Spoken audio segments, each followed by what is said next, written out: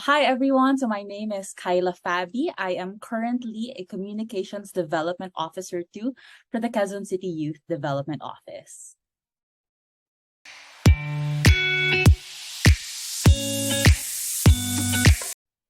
So as part of the Quezon City Youth Development Office, our role is really to formulate and implement programs necessary for the development of the youth in Quezon City.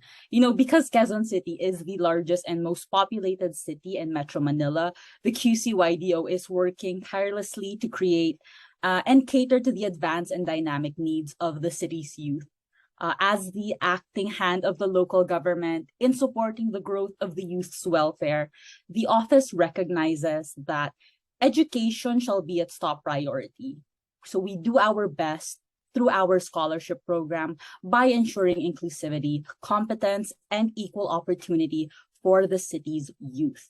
The office also strives to mold a youth that is capable to navigate through the volatile world of today. We envision a city that is progressive, where the interests of the youth have primary importance. And we want to make sure that the youth and the young people are heard, are empowered, and are connected. In this vein, we are launching programs that promote youth participation in governments. It is imperative and absolutely needed. So our office does not encircle the youth, but it's actually the other way around. The development of the city's youth is at our core.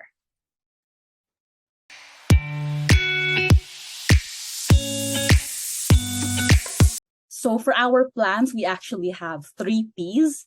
So the first P is partnerships.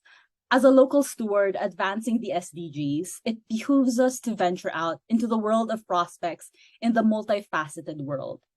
Achieving the SDGs is not a one-entity job.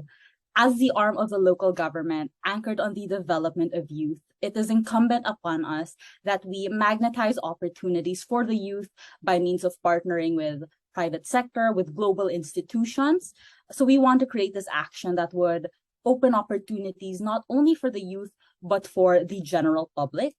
Now, secondly, perspectives. Quezon City is a highly urbanized city in the Philippines.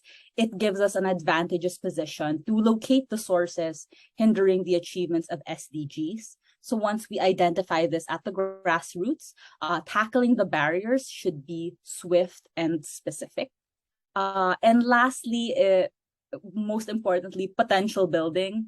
It is not enough that the government only looks outward to the delivery of its services. The government should be flexible. It should also look inward, that we have to capacitate our workforce. If we want better services, more effective programs, and overall achieve the SDGs, then we have to develop an engine that would ultimately produce adept manpower.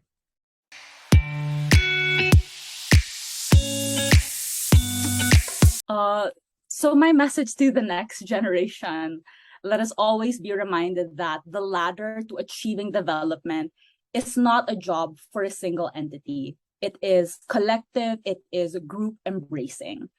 The future generation should embed solidarity as its prime consideration in decision making. At the end of the day, how can one achieve goals in the community when one sector remains marginalized over the other? We should strike at all fronts, connect the people, and build a space of innovation. Lastly, the future generation should always look at the world as ever-changing. They should ensure an innovative approach to establishing solutions for the emerging issues of their community. Learn to listen, adapt, and swiftly act. Your responsibility is not solely within yourselves and your family. We are all part of a collective greater system, a community, and with it, we also possess the responsibility for its welfare. Learn from us, not just our accomplishments, but also our errors. Be more resilient and trust each other. There is power in togetherness.